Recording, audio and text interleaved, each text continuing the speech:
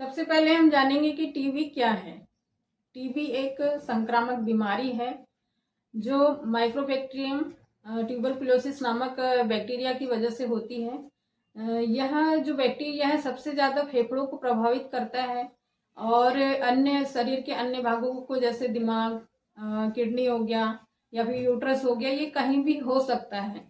ये जो टीबी है ये हवा के द्वारा ही फैलता है। जो बैक्टीरिया है हवा में होते हैं। जब वो टीबी का मरीज यदि खांसता छींकता है तो ऐसे में ये क्या है, किसी के छूने से यदि टीबी का जो मरीज है वो किसी को छू रहा है या फिर कहीं बैठा हुआ है तो ऐसे में नहीं फैलता है। जो टीबी है ये एक मतलब उसके खांसने या छींकने से जो उस बैक्टीरिया है हवा में फैल जाते हैं।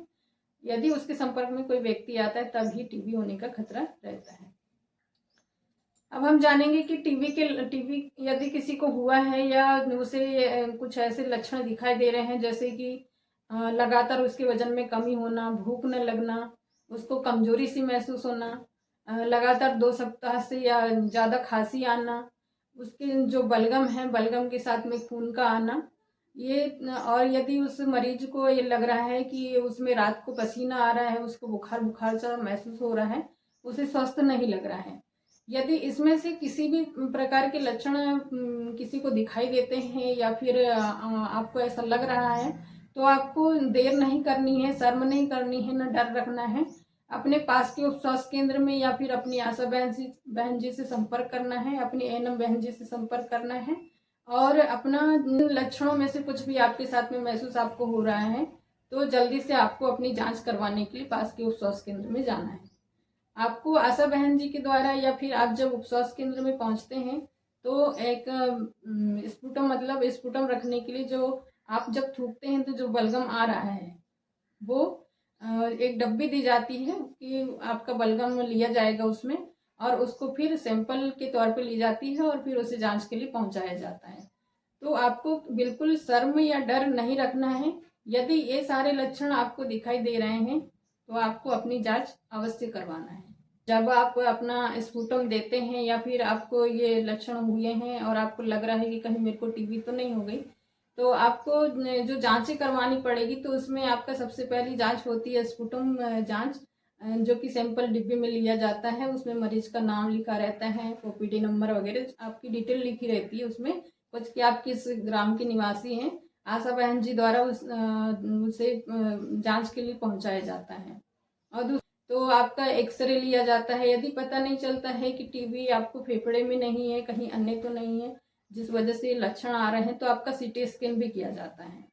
तो जो सरकारी अस्पताल है आपको वहाँ पे यदि टीबी हो गई है, आपकी जो सिम्टम्स के अनुसार जो है आपको टीबी पॉजिटिव आया है, तो आपको सरकारी अस्पताल में ये जो दवाइयाँ हैं मुफ्त में दी जाती हैं, प्लस आपको कुछ पैसे भी दिए जाते हैं मासिक रूप से 500 या 600 जो भी है संस्था के द्वारा। मतलब भारत सरकार आपको पैसे भी प्रोवाइड करती है और कुछ खाने के लिए मतलब अन्य भी प्रोवाइड करती है। इसमें इसलिए आपको देर नहीं करनी है यदि टीबी पेशेंट है, क्योंकि टीबी का जो पेशेंट है बहुत जल्दी कमज़ोर होने लग जाता है। उसे मतलब स्वस्थ बिल्कुल नहीं रहता है, बहुत जल्दी उसका वजन कम होने लग जाता है और खांसी की वजह से उसके सीने में दर्द भी होता है। वो परेशान सा रहता है। इस वजह से भारत सरकार भी उसके सपोर्ट में है। उसे समय समय पर अन्न और पैसे प्रोवाइड करती है, उसे पूरी सुविधाएं देने की कोशिश करती है और मतलब दी जाती है, जो कि आपको आशा के माध्यम से आप अपनी आशा से या फिर अपने पास के नज़दीकी स्वास्थ्य केंद्र से आप संपर्क करके ये सारी चीज़ों की डिटेल ले सकते हैं और जानकारी भी मिलेगी और वहीं के द्वारा आपको दवाइयाँ घर तक पहुंचाई जाती है।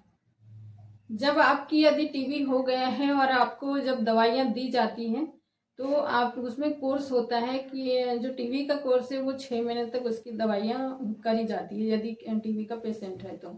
और आपके लिए एक बहुत ज़रूरी बात कि यदि आपको टीबी हो गई है, दवाइयाँ चालू हो गई हैं, तो आप 1 महीने 2 महीने तक दवाई जैसे खाते हैं तो आपको कुछ ऐसा लगता है कि मुझे अच्छा लगने लगा है, आपको थोड़ा सा स्वस्थ महसूस होता है, तो आप दवाई लेना बिल्कुल छोड़ना नहीं है। कुछ मरीज, बहुत सारे मरीज ऐसे हैं जिन्हें कोर्स करने के लिए बोला जाता है, जो दवाई का कोर्स जैसे बोला कि 6 महीने का है, तो वो कुछ लोग क्या करते हैं कि 1 महीने 2 महीने खाते हैं दवाई और छोड़ देते हैं। ये वो बहुत बड़ी गलती करते हैं, क्योंकि यदि आप पूरा कोर्स नहीं करते हैं और बीच में ही दवाइयाँ छोड़ देते हैं, क्योंकि डेली में मतलब शुरुआती में कुछ दवाइयाँ मतलब 2 या 3 4 प्रकार की दवाएँ हैं टीबी की दी जाती है, तो भूल जाता है या फिर खाना बंद कर देता है कि मुझे अच्छा लगने लगा है। तो ये सब गलतियाँ नहीं करनी है। जिस बैक्टीरिया की वजह से आपको टीबी हुई है, माइकोबैक्टीरियम ट्यूबरकुलोसिस, तो ये जो बैक्टीरिया है पुनः यदि आपने दवाई बंद कर दी है, खाना भूल गए हैं या फिर अच्छा लगने लगा इसलिए छोड़ दिए, तो वो पुनः स्ट्रांग होकर के बीमारी बढ़ाता है। इसके बाद में उसमें क्या होता है कि जो स्ट्रांग होकर के यदि बैक्टीरिया दवा मतलब बीमारी को बढ़ाएगा, तो वह जो बीमारी है उसको कंट्रोल करना बहुत मुश्किल हो जाता है, पेशेंट के लिए भी और डॉक्टर के लिए भी। तब आपको और ज़्यादा लंबे टाइम तक दवाई लेने की ज़रूरत पड़ सकती है। ये बताने की कोशिश कर रहे हैं, यदि आपको टीबी हो गई है तो अधूरा कोर्स न करें, कोर्स पूरा कर लें। जो दवाई का जैसे प्रोवाइड करी जा रही, कैसे खाना है आपको, तो आप पूरा कोर्स करें ताकि आप जल्दी से स्वस्थ हो जाएं। समझाने का यही मतलब है कि कोर्स अधूरा यदि आपने छोड़ा तो वही जो बैक्टीरिया वो स्ट्रांग होकर के आपकी बीमारी को और ताकत मतलब ज़्यादा फैलाएगा, जिससे कि आपका फिर टीबी को कंट्रोल करना थोड़ा मुश्किल हो जाता है। इसलिए कोर्स को पूरा करिए। आसपास में टीबी का मरीज है तो आप अपना बचाव कैसे कर सकते हैं, या फिर जो टीबी का मरीज है वो दूसरे को अपने संक्रमण से कैसे बचा सकता है। तो सबसे पहली बात कि यदि जो टीबी का पेशेंट है उसे खांस रहा है, छींक रहा है, तो ऐसी स्थिति में उसको अपने मुंह पे रुमाल रखनी चाहिए। यदि वो भीड़ भाड़ जगह में जा रहा है तो उसे मास्क लगाकर ही जाना चाहिए, या फिर किसी स्वस्थ व्यक्ति के साथ में या फिर अपने परिवारजनों के साथ में यदि वो बात कर रहा है तो उसे मास्क लगा करके रखना चाहिए। और जहाँ पे भी वो रह रहा है, जो टीबी का मरीज है वो जहाँ पे भी रह रहा है वहाँ पर्याप्त वेंटिलेशन होना चाहिए, खिड़की दरवाजे खुले होना चाहिए ताकि बाहर की शुद्ध हवा उसे मिल सके। और बचाव के लिए पौष्टिक आहार मतलब खाना बहुत ज़रूरी है। पौष्टिक आहार, क्योंकि जो टीबी का पेशेंट है उसे बहुत जल्दी कमजोरी आती है और वजन उसका निरंतर गिरता रहता है, और इम्यूनिटी पावर कम होने की वजह से ही जो बैक्टीरिया का जो रोग है वो पावरफुल होकर के उसके शरीर को खोखला करते रहता है। तो ऐसे में उस मरीज को दवाइयों के साथ साथ उसे पौष्टिक आहार की भी ज़रूरत है।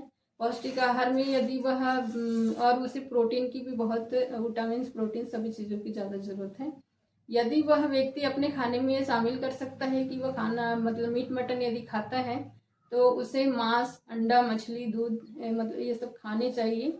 यदि वो मांसाहारी व्यक्ति है, खाता है, तो उसे रोजाना सुबह शाम अंडा जरूर खाना चाहिए, क्योंकि अंडे से उसे प्रोटीन मिलेगा और सारी जो अंडे में सारी चीज़ें हैं वो उसका शरीर कमज़ोर नहीं होगा। और यदि वह व्यक्ति मांस मटन नहीं खाता है, उसे प्रोटीन की ज़रूरत है, तो प्रोटीन में आप दालों में बहुत ज़्यादा प्रोटीन है, और जो पनीर है उसमें प्रोटीन है, सोयाबीन में प्रोटीन है। तो ये सारी चीज़ों को उसको अपने खाने में इस्तेमाल करनी है। और दूध उसे यदि है उसके पास तो दूध उसे रोज़ पीना चाहिए। और हरी साग सब्जियां तो उसे डेली में खानी चाहिए ताकि उसका इम्यूनिटी पावर अच्छा बना रहे और उसे रोगों से वो जो रोग से लड़ने की क्षमता है उसकी बनी रहे, ताकि जो बैक्टीरिया का जो टीबी का जो बैक्टीरिया है वो उस पर ज़्यादा पावरफुल तरीके से हावी ना हो। टीबी के मरीज को दवाइयों के साथ साथ पौष्टिक आहार की जरूरत है, और फल फूल भी खाने चाहिए। विटामिन सी का भी, विटामिन सी जैसे मौसम्बी, संतरा, ये सारी चीज़ें भी उसे लेनी चाहिए। टीबी के मरीज को भारत सरकार द्वारा जो पोषण पर्याप्त उसे वो अच्छा सा खाना खा सके, और इसलिए उसे जो अन्न मतलब प्रोवाइड किया जाता है, और पैसे भी मासिक रूप से दिए जाते हैं, और दवाइयाँ भी उसे मुफ्त ही दी जाती हैं।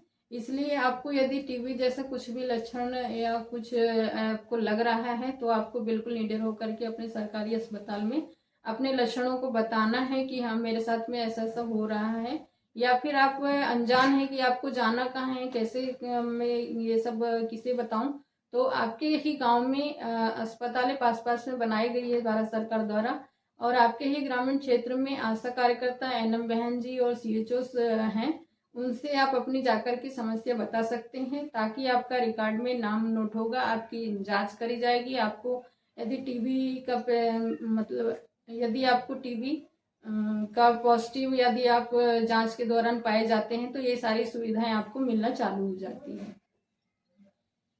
इस वीडियो के माध्यम से आपको जो जानकारी दी गई, यदि आपको अच्छी लगी हो तो मेरी वीडियो को आप लाइक और सब्सक्राइब जरूर कीजिएगा, और वीडियो को शेयर कीजिएगा, ताकि जो भी ऐसा व्यक्ति है उसे इस प्रकार से कोई समस्या है तो वह भी समझे कि टीबी क्या है और कैसे उसे कहाँ सुविधाएं मिल पाएगी, और उसको कौन कौन सी भारत सरकार द्वारा योजनाओं का लाभ मिल सकेगा। और यदि आपको स्वास्थ्य से संबंधित यदि और भी जानकारी चाहिए तो मेरे चैनल को आप सब्सक्राइब कर दीजिएगा। धन्यवाद, नमस्कार।